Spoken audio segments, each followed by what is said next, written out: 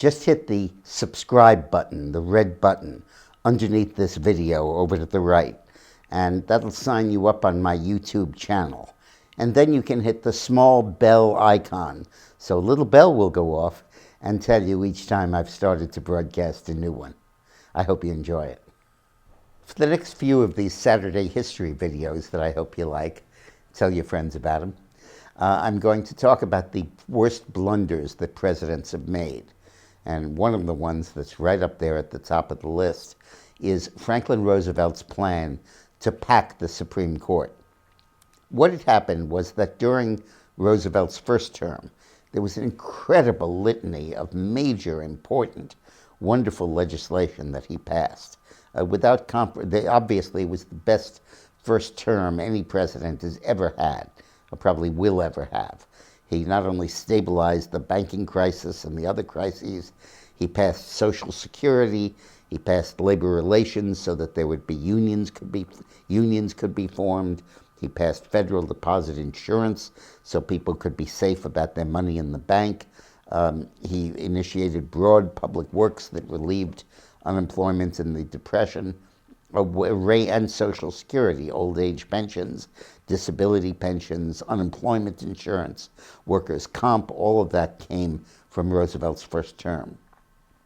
Then, in 1935 and 36, as he was approaching the end of his first term, cases challenging his legislation made it to the Supreme Court. And the court invalidated one after the other, after the other, after the other of them. It started when they invalidated a minimum wage law and one that prohibited child labor. And they said this interferes with freedom of contract. You know, like a 12-year-old has a contract with a multinational company and he has to honor it. It's like a contract among equals. And the Supreme Court ruled that that violated the Constitution. And one after another, these statutes were struck down. Roosevelt bided his time and then won a huge re-election victory in 1936. People didn't know if he would be popular or not.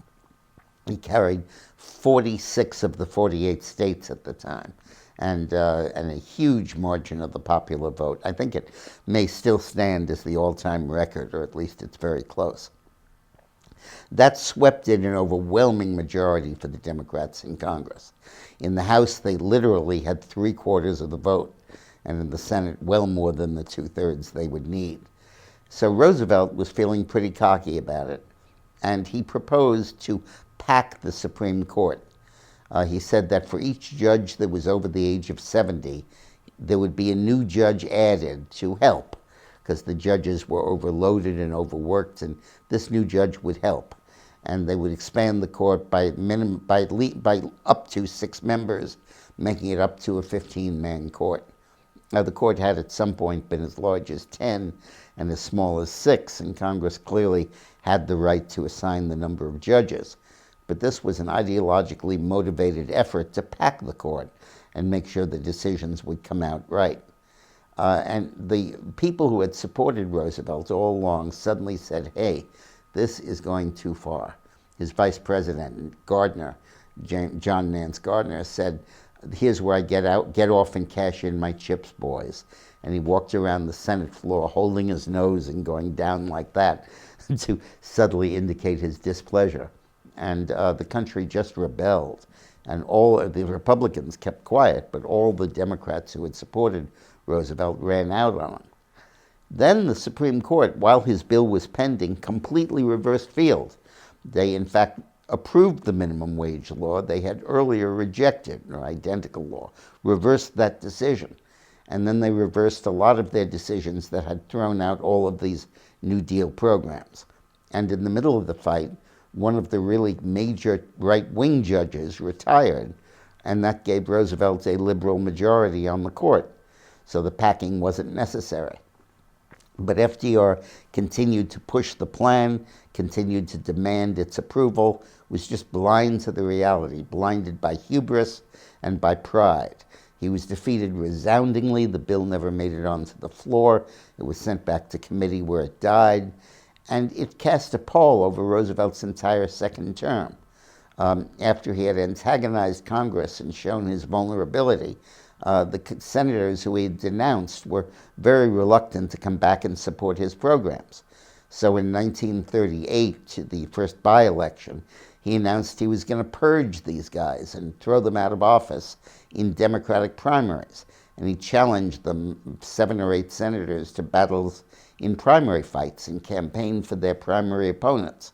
And all but one of the senators were reelected. And that really was the end of FDR's effectiveness with Congress, and really the end of his power as president. He would have gone down in history as a great first term and a horribly screwed up second term.